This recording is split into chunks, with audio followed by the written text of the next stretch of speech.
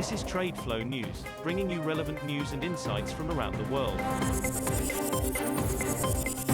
TradeFlow News, enabling trade for SMEs and economies worldwide. These are some of the key topics that we will be looking into in today's program.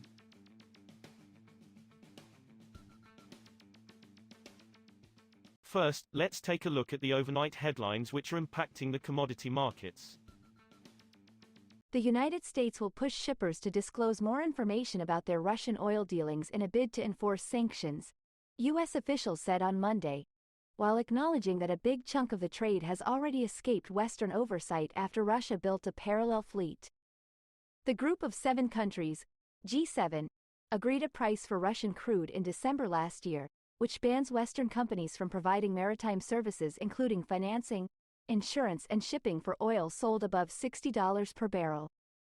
A significant amount of Russian oil can in fact flow outside the G7, one of the officials said.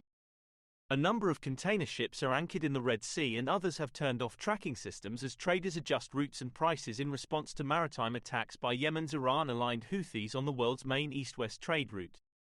Attacks in recent days on ships in the major Red Sea shipping route have raised the specter of another bout of disruption to international commerce following the upheaval of the COVID pandemic, and prompted a US-led international force to patrol waters near Yemen. The Red Sea is linked to the Mediterranean by the Suez Canal, which creates the shortest shipping route between Europe and Asia. About 12% of world shipping traffic transits the canal. Moving on to the top news in the energy sector. Oil prices were little changed on Tuesday as investors eyed the impact on oil supply after attacks by Yemen's Iran-aligned Houthi militants on ships in the Red Sea disrupted maritime trade and forced companies to reroute vessels.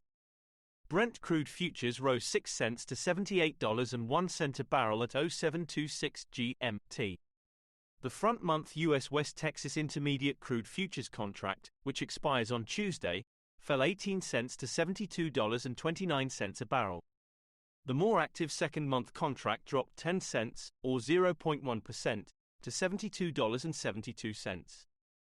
Both benchmarks rose more than 1% on Monday on concerns about shippers diverting vessels away from the Red Sea.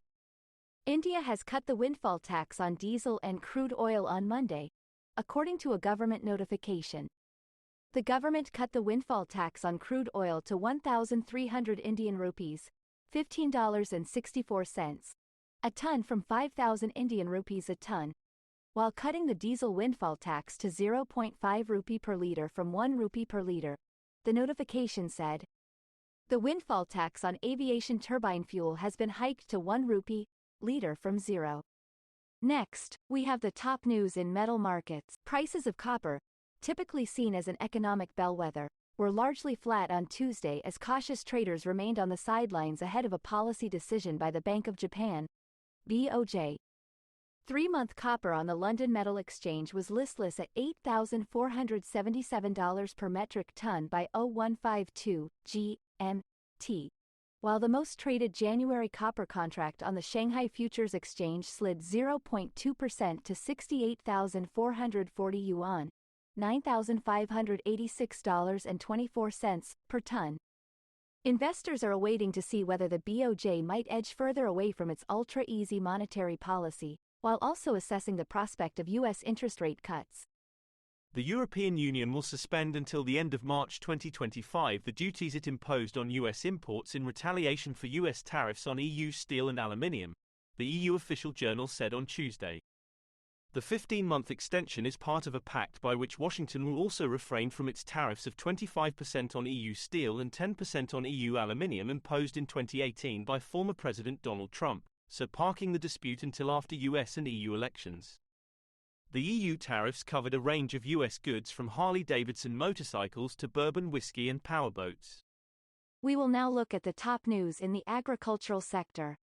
Brazil, the world's largest soybean exporter, has for the first time ever exported over 100 million metric tons of the oilseed within a year, boosted by a record harvest and lower international prices, which buyers used to build up stocks. So far in December, Brazil has exported about 1.99 million metric tons of soy, according to weekly data released by the Foreign Trade Secretariat on Monday, bringing the total for 2023 to around 100.02 million metric tons. The figure had already topped Brazil's previous record for most soybeans exported in 1 year of 86.1 million metric tons, which it reached in 2021. That is all for today's news on commodity markets. Stay tuned to TradeFlow News as we continue to provide you with more updates. We also invite you to follow us on Twitter at TradeFlow News, which allows you to watch our program on your mobile device or desktop to receive information from there.